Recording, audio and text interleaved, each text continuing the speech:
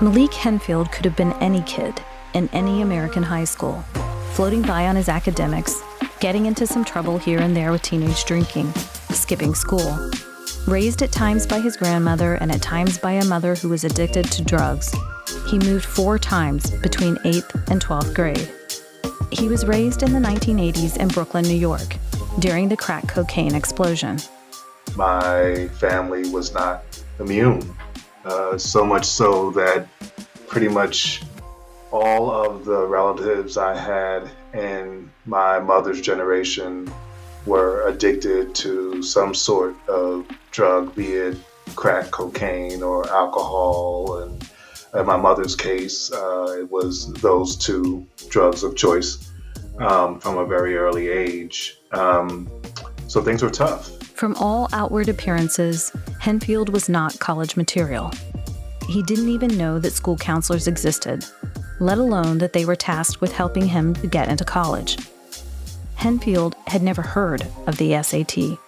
After graduating from his Aiken, South Carolina high school with a 1.7 GPA, the young black man got the job he seemed destined for, emptying trash cans at a nuclear power plant. So how did it come to pass that Henfield graduated with a PhD in counselor education from The Ohio State University, landed millions in research grants, became a dean of an education school, and now is spearheading a cutting-edge institute on racial equity at Loyola University?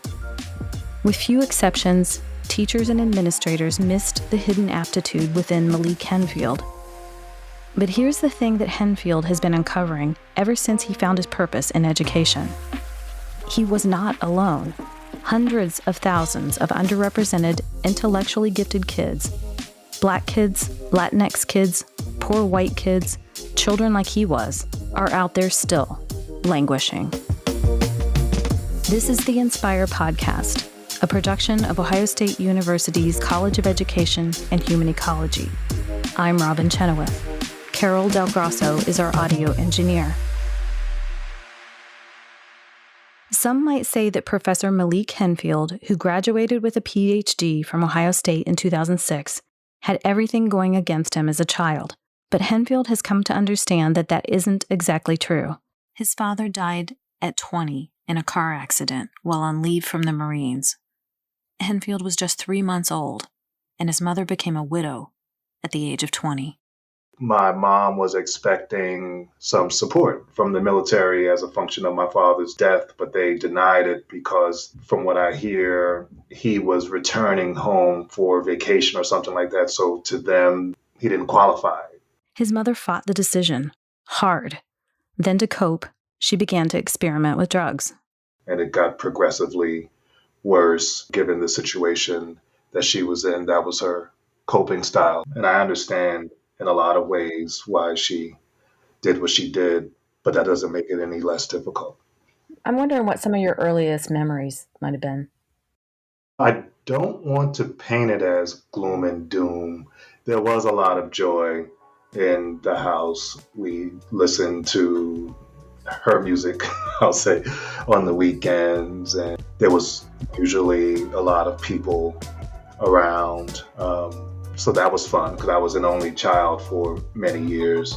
But on the downside, she struggled to find work a lot of times, which meant that sometimes we had food, sometimes we didn't. Henfield's grandmother lived next door. His mother was fiercely independent and didn't want her own mom to interfere with her parenting. My grandmother wanted to be involved more than she was, but wasn't allowed to do so. So I snuck over there a lot of times when my mom wasn't home. I would sneak to my grandmother's house and get something to eat or just get some peace and quiet sometimes. Yes, I did enjoy the fact that we had a house full of people a lot of the time, but it would start off during the day as clean, wholesome fun, and then at night, you'd have a house full of people using drugs. I recall very clearly going into the basement and seeing the red lights and looking around the room and seeing a lot of adults, many of them my relatives, using drugs right there. People in and out, drug dealers coming in and drug dealers coming out. That was not uncommon in my house. You thought it was normal? Yeah, in some ways, yes. In some ways, no. It was normal for us as a family because my cousins were not immune. So we would talk about it a little bit, but not much. My grandmother was the chief driver behind me enrolling in a Seventh Day Adventist private school, um, all black, predominantly West Indian school in Brooklyn there. And it wasn't until that experience that I realized that not all adults are on drugs. I just thought that that's what adults did. At least my mom's generation, maybe not, my grandmother and her generation, but that's just how I view adults. That Seventh Day Adventist school that his grandmother got into by attending their church services in addition to her own, it was a game changer for Henfield. The teachers all looked like him. They knew the students' names, not just the ones in their own class. They collaborated on their instruction. They had very high expectations of their students. Regardless of where we came from, who our parents were, none of that mattered. Those teachers cared, and we felt it. Each one of us felt it. A lot of the kids in my neighborhood who went to the public school, many of them just didn't do well, or many of them later on in life told stories of trauma, although it wasn't characterized as that at the time. But in hindsight, many of them were traumatized based on their experience in under-resourced schools. They were traumatized inside the school? And outside the school. You just got to think about the context that we were in. The 80s in Brooklyn was not the Brooklyn of today, right? Relative to today, we're talking about murder rates that are 2-3 times that of today. Going to school was traumatizing, not knowing if you were going to get robbed or if the police were going to rough you up for no reason. It just was a traumatic experience. But within that trauma, there was still a lot of joy. And that's the thing that I haven't forgotten, is that we're a resilient people, and we've learned over time to make the best of horrible situations. And in a lot of ways, my background was horrible, but I also enjoyed the experience for a number of reasons as well. So Malik Henfield attended his miracle school, leaning into his grandmother who knew the value of education. He was doing well, given his circumstances, headed for Brooklyn Tech, a reputable STEM high school. And then his mom made a decision. She wanted to get out of Brooklyn to break her addiction. My mom and my grandmother made the decision that she needed to leave. And when she left, I stayed behind. But over time, the decision was made that I should be with her. Malik landed with his mother in Charleston, South Carolina. Before long, his mom fell back into her addiction. Without his grandmother and his support system, he was lost. And I remember feeling so out of place in Charleston at that time. And I just didn't like it. There was no one there like me. The school was bigger than anything I was accustomed to. I didn't have any black teachers, at least I don't recall having any black teachers. It was just very different from my New York experience. I was placed in courses that were not challenging in any way. I remember being in math and students asking me for answers that were based on problems I'd taken way back in 5th grade. It was just a really difficult experience. And I just didn't understand why I was there. I just didn't get it at all. And there was no one advocating at the time. And so, over time, he started to slack. He made some bad choices, got into a lot of trouble.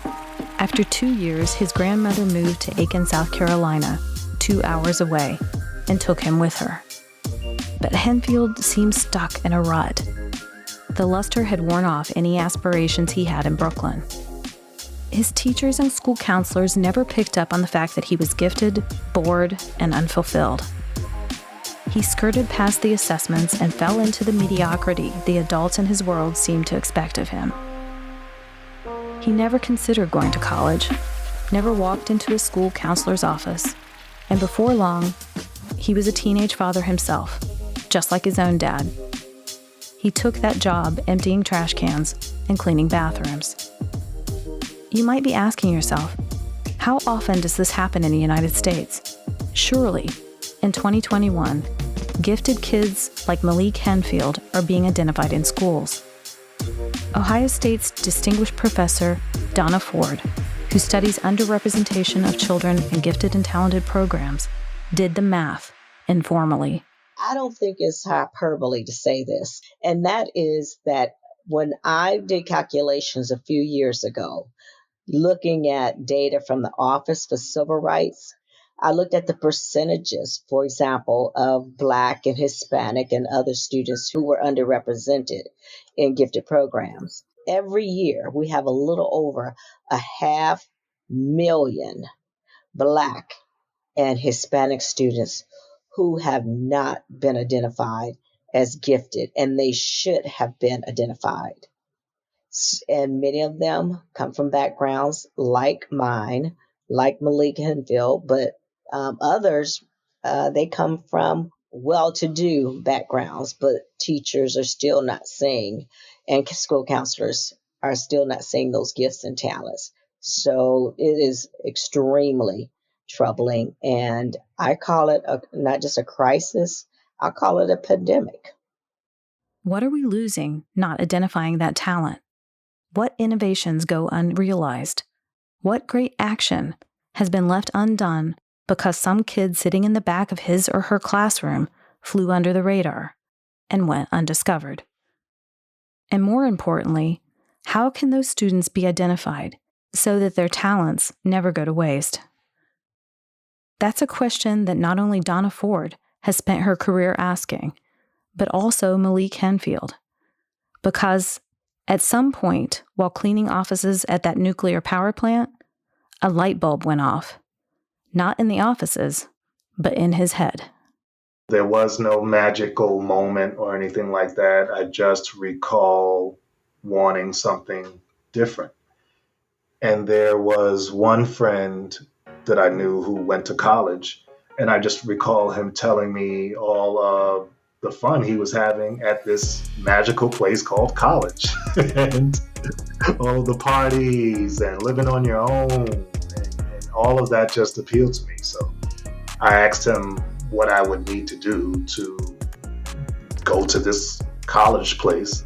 Henfield applied and got accepted into Francis Marion University, joined a fraternity, and earned his bachelor's degree in biology. But he wasn't exactly living up to his potential. Sometimes you go to class, sometimes you don't. Sometimes you do homework, sometimes you don't, that sort of thing. So I limped out of undergrad with a 2.1 GPA or something like that. He moved in with his mom, who was in recovery. He slept on her couch until he got a job and didn't make a lot of money. Then, his student loans came due. I didn't have it. I just wasn't making enough to have an apartment and a child, and it was just too much. It was overwhelming. And I remember talking to another fraternity brother in a school counseling program at the University of South Carolina. I remember him saying, if you go to grad school, you won't have to pay those loans back as long as you're in school. To forestall the loans, he applied to the same program, got accepted, and met James L. Moore III, then an assistant professor at the University of South Carolina. Moore is now a professor of counselor education and vice provost for diversity inclusion and chief equity officer for Ohio State. I remember him really challenging me in a lot of ways. I'd miss class a lot because things would happen where I had to watch my son because the sitter couldn't watch him. By then, Henfield had full custody of his son. I was working in the dean's office in the morning, and I was a bouncer at a club at night. So there just was a lot of times when I was just tired and I just wouldn't show up for class. But I would do the work and do the work well. But Moore had high expectations. And one day he told me why he was late to class. It really spoke to the resilience that he brought to the classroom. And it was a late class. And so I would always say to him, hey, man, you got a lot of potential, but you need to start coming to my class on time. And I remember him having a conversation with me about not being able to give me an A. He's like, look, you're doing A work, but you're not showing up to class. I can't give you an A in this class.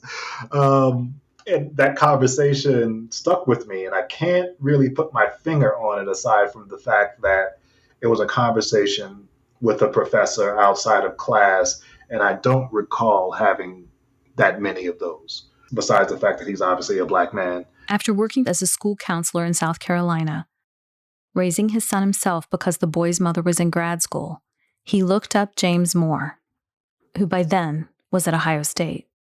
Well, I was more than surprised. I was elated, and I'm still elated. He belonged.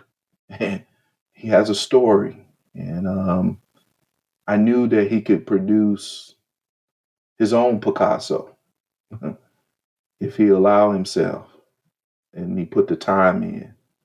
And if he remained curious, he'll be able to answer the questions that he's been probably asking himself from a very early age when he grew up in New York and when he talks about his life with his mother, or even when he moved to South Carolina, when he was in the rural South. I think our imagination tell us what oftentimes can be possible for us, but our nightmares tell us we can't do it. Henfield applied and was accepted into the counselor education doctoral program. So I packed up the U-Haul truck, and my son and I drove from Columbia, South Carolina to Columbus, Ohio. At Ohio State, James Moore did not give his new advisee much slack. I try to do the best I can to create a disruptive transformation in how people sometimes think or how they interact. So, I was hard on him, and I'm keenly aware of it. So there were projects that he assigned me to that were very last minute, some of them, and it was just on me to get it done. You told me before he was really tough on you at times. Oh, yeah. He was extremely tough on me, and he knew it. His expectations of me were through the roof. But I do feel like I'm better for it because he never demeaned me. He never talked down to me. He just always made it clear that I could do more, that I could do better than what I was doing. And I took that challenge seriously, and I upped my game. You represent the best of what I have to offer. He's a better me. And if he's not a better me, then I didn't do my job. That's what I've tried to do, not just with Malik, but I've tried to do that with every student that I have come in contact with. I don't want them to be just as good as me. I want them to be better than me, because that's what we call progress. Henfield was the only Black male student in the program. He struggled with imposter syndrome and felt that his white counterparts were smarter than he was because they used bigger words. I recall writing my first published piece about my experience of being anxious to raise my hand and answer questions and participate in classroom discussions because I didn't feel as though I really knew what I was talking about or that it would be perceived as an intelligent answer. Moore sent him to Donna Ford, then well on her way to becoming the most renowned scholar of racial disparities in gifted education. The two had a few things in common. And I walked into her office. I'll never forget, I'd never seen a professor like her. She had blonde streaks in her hair, and for some reason I recall a cherry tattoo on her ankle or something like that. A cherry? It was I just had never seen, and you got to think, at that point in time in my life, I had fraternity brands on my arm and chest and leg and piercings. In a lot of ways, I just never felt like I would ever fit into academia. The visual representation of her as a professor meant as much as anything she'd ever written or researched to me. Looking at her, I felt like I could belong in this club. You could be yourself, right? Exactly. So seeing her, just this comfort with being different and still being excellent, that is what stood out to me, because no one can take anything away from Donna Ford. She is excellent in any and everything that she does. And for her to be comfortable enough to be herself, her true, authentic self, that meant so much. The two got to talking about Henfield's past and about Ford's. She told him about her research around gifted education and how some kids were being left behind. He knew the story well. And it just all came together and solidified my thoughts around focusing on not just kids who are formally identified as gifted, but those kids who have the potential to be identified as gifted, and for one reason or another, they just were not. I've always been interested in kids like myself, kids who have the potential to be successful, and for one reason or another, some find success and some don't, and why. That's always been a passion area for me. I owe a lot of that passion to my experience with Donna Ford.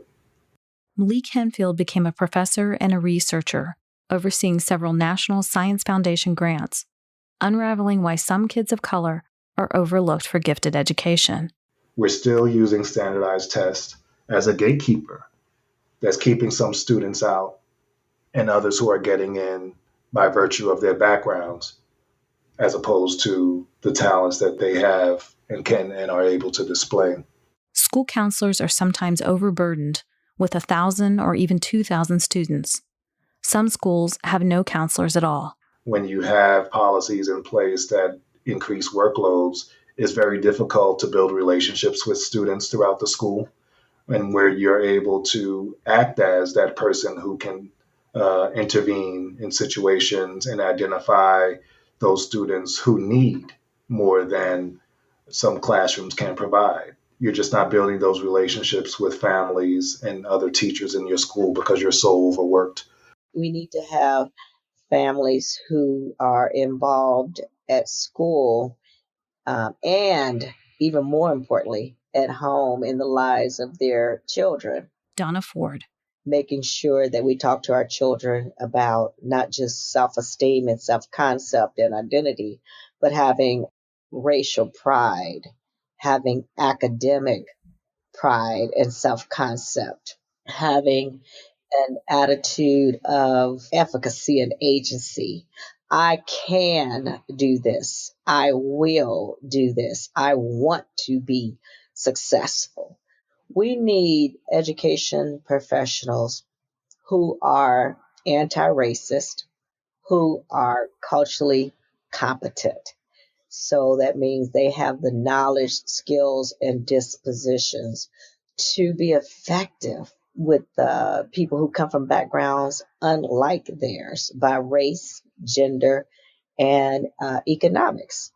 When we have teachers, when we have counselors, when we have psychologists, when we have the school nurses, the janitors, I mean, everyone on board setting a climate of high expectations and positive regard for different cultures, then we can flip the narrative for students in such situations like Malik was. And if they find just one person in the community, in their family, at school, that person can change their lives. When these two groups, meaning families and educators, home and school, when we are working together, children can be invincible. So we're failing our Black and Brown students who are woefully underrepresented in gifted and talented programs all over the country in many ways. But the fact of the matter, when you take a step back and think about it as a whole, we really shouldn't have to have a gifted and talented program. It really shouldn't have to exist. Every child deserves a rigorous academic program, and there's no excuse why they're not getting it in a country as rich in resources as the United States. A teenager who graduated with a 1.7 GPA and grew up with the trauma of drug use in his home now runs an institute of racial equity at a top university and is affecting policy for kids like the boy he was. What does Malik Henfield's story teach us? That great minds come from every zip code. James Moore. I think it speaks to the power of relationships.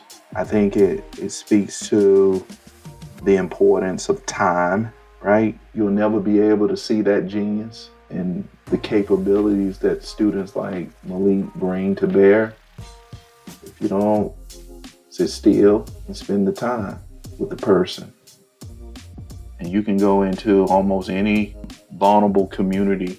You can find so many people who are not realizing the dreams that they had outlined for themselves at a very early age. And it's sad. But in that sadness, that's what motivates me. That's why I work at Ohio State. It has so much potential to scale dreams and aspirations to be at the tipping point for people to live out their lives. We have many students like myself who are going throughout their entire educational experiences thinking that no one cares for them. And then we're surprised by the outcome. So for us, I just think that we need to think about what it means to actually demonstrate love and care for each and every one of our students. And in many ways, that's what my grandmother showed me. And that's also what James Moore showed me. Although we may not necessarily characterize it as love, I do.